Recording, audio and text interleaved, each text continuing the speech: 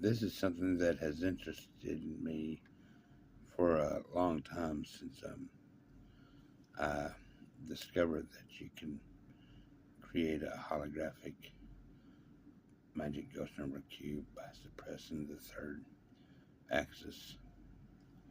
And what I mean by this is that, well, this is how the standard way I number them, the blue primary numbers, 1, 2, 3, 4, 5, and 6.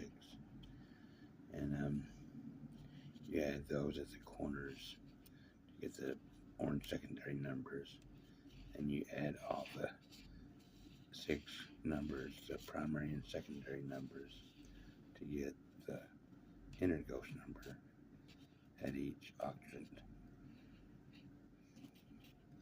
cubic octant. And I call these octants because they open up in 8 different ways, like the quadrants of a coordinate system, of a typical coordinate system. That's quadrants are 4. Well, these are 8 in 3 dimensions. And so this is an addition magic ghost number cube. This is a multiplication magic ghost number cube using the same numbers, 1, 2, 3, 4, 5, and 6. And if you notice, I call these vectors, these inner ghost number vectors, the purple are the inner ghost numbers. This is the central ghost number, and this is the central ghost number for addition. The central ghost number for addition is added up all these together to equal 21. And the multiplication is multiplied all these numbers together, the primary numbers together, 720. That's the inner ghost, central ghost number. These are the inner ghost numbers that are created by adding up all these numbers.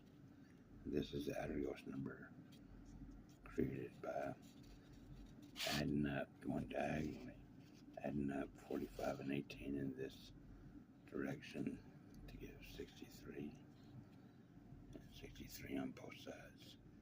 And that's everywhere around this cube, front and back, diagonally. And the same thing applies with multiplication. So you see how this unfolds. So anyway, the inner ghost numbers, well,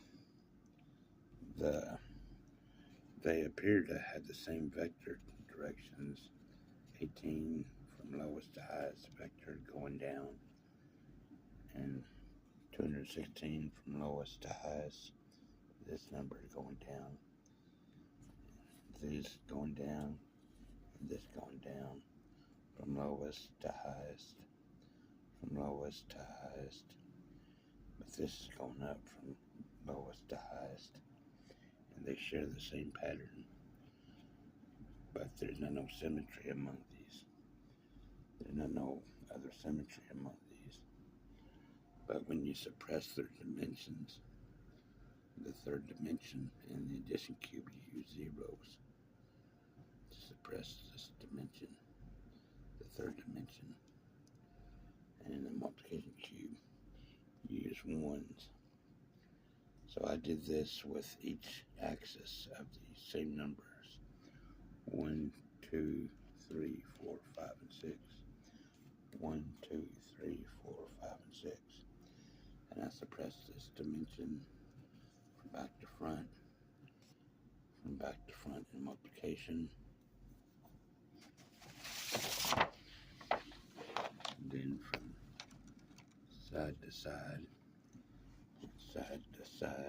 in multiplication. From top to bottom in addition, and top to bottom in multiplication. And what I discovered is that it creates a symmetry, a total all-around symmetry of these inner ghost numbers. You have 9s right here and 18s right here, 18s right here and 27s right here. But if you took it from the top, 9 and 18, 18 and 27, 9 and 18, 18 and 27, you take it from this direction, or was it this direction, 27, 18, 27, 18, 18,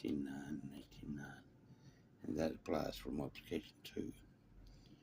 You have 8 and 8, 125, 125, 512, 512, 8,000, 8,000. And then you have 512, 512, 8,000, 8,000, 8 and 8, 125, 120. You get the picture. There's a full mirror or full symmetry of all these inner ghost numbers. When you separate these, the same axis, the same primary numbers, separate their axis, and there's 3 axes to a cube, and this might apply to higher polyhedra. But all I did was suppress the 3 axes of multiplication and addition to make sure it both works out in multiplication and addition. And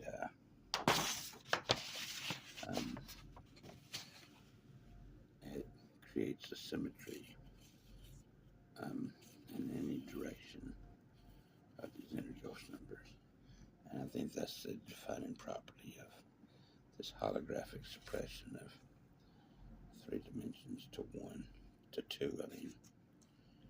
And, but right here, they do share the same pattern of going down and down and down and 1 up, and down and down and down and 1 up, but they don't have any symmetry. They might have it in some places, but not in others.